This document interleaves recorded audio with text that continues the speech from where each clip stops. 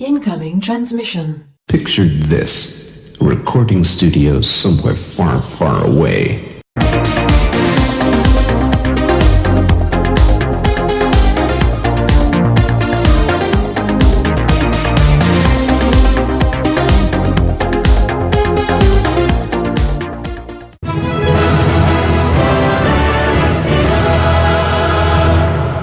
Welcome, Watchers of Illusion, to my Castle of Confusion on the 21st of May.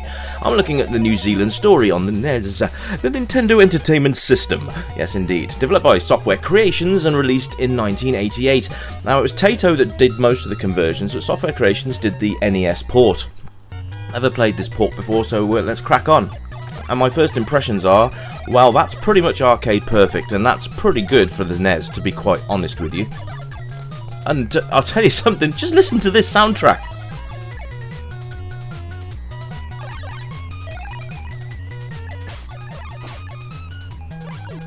How cool is that? I think I prefer that over the original.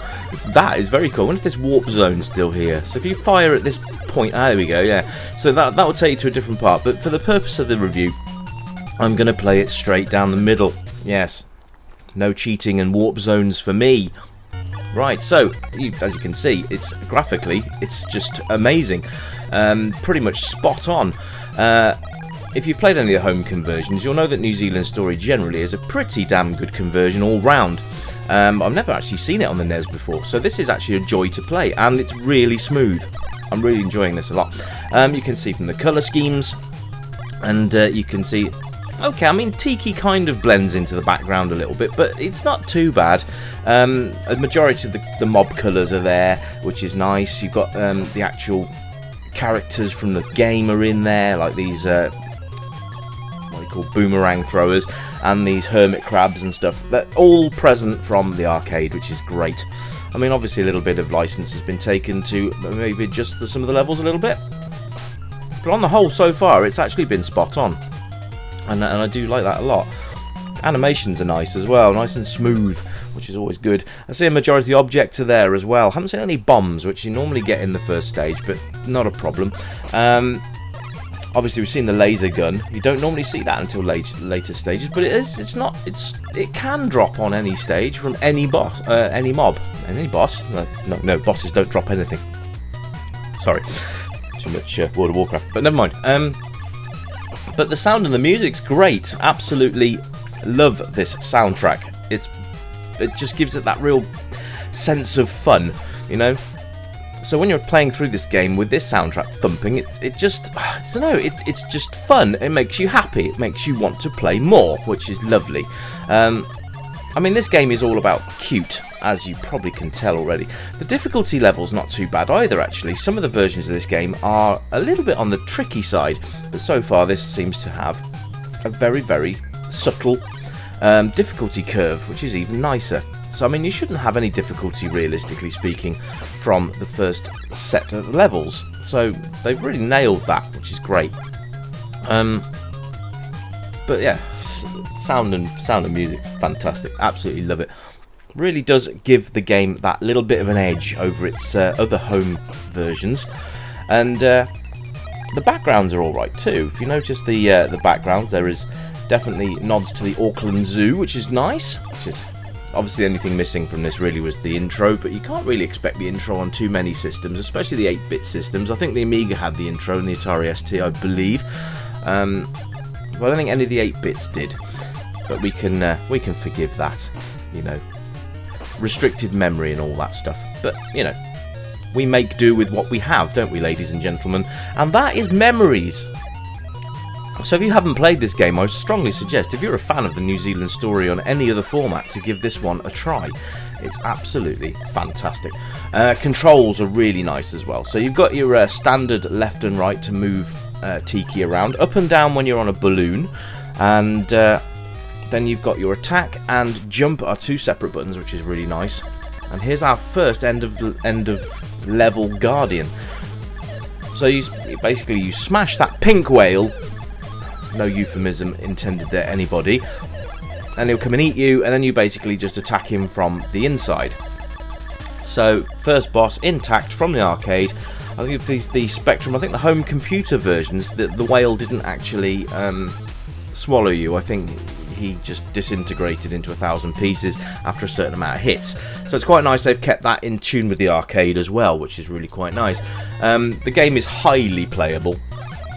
I think you'll find yourself coming back to this, which adds to the replay factor of the game as well. It's nice. It's not frustrating, not at this point anyway. I do understand that as the game gets on, the levels do get harder, but for the position that we're in at the moment, it's not too bad at all, which is really quite nice. So yes, I could see myself coming back to this and playing it on a much more regular basis, to the degree that I'd probably want to actually complete this version, which is really quite nice. There's not many games out there that you actually think, oh, must complete. It's a bit more forgiving on the hitbox as well. You'll notice that I've got incredibly close to some of those thistles, and it's not killing me. Although saying that on some of the other versions, that would be instant death. So the hitboxes are quite nice. They're very, very compact and tight, so that adds to your enjoyment of the game as well. No frustrating thistles for us, ladies and gents, which is lovely. Age range, any. I mean, to be fair, any age group could pick this up and play it. And like I said, the difficulty curve's really, really nice. There's not much heads-up display to talk of, really. There's your lives and score in the bottom left, which alternate, which is quite a nice feature. But other than that, there's not really much to write home about with the heads-up display. They've kept it minimal, which is great. And there we go. There's a book that destroys everything on the screen. And frogs. I don't remember seeing frogs. That's quite cool. So that's an enemy group that I haven't previously seen before. Cool. There are a few mobs missing that I've noticed. The duck, the penguin riding an inflatable duck, for example, hasn't made an appearance as of yet. Doesn't mean it's not there, just means that I haven't seen it yet. But there we are. And the other balloon types, there's also the big metal balloons. Haven't seen those in play yet, or the slightly tougher balloons, but they may be in future levels. I don't know. If you've played New Zealand Story through on the NES, let me know, because I would love to hear from you. Got some more reviews planned for the upcoming week. I have a suggestion from one of our new subscribers, so I will get on that. Do not worry. But yeah, back to this review very quickly. It's age range, yeah, like I said, any pretty much. It's a platform, side-scrolling platform game, shoot 'em up type affair, which is always fun to combine. So Tiki has got my thumbs up on this. Now this version is actually 2 players, but it's turn-based, obviously. So if you enjoy New Zealand Story, you can play it with a friend. Obviously, like I said, turn-based, so don't expect to be on the screen at the same time. But I tell you what, that's a nice little twist, considering that New Zealand Story has always had a 1-player option. I think it's quite nice to see the 2-player option. And to select 2 players, you basically hit select at the menu screen, and that is how you do that.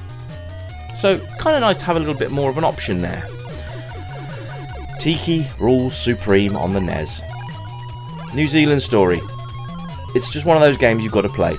And I will be playing on every format. I've done it on an arcade, Spectrum, I believe. I think I've done the Amstrad as well, and now the NES. So we are ploughing through them. But this is by far one of my favourite versions so far. And talking of that, I'm out, ladies and gentlemen. So, keep it retro, and I'll catch you next time. Thanks for tuning in, and bye for now!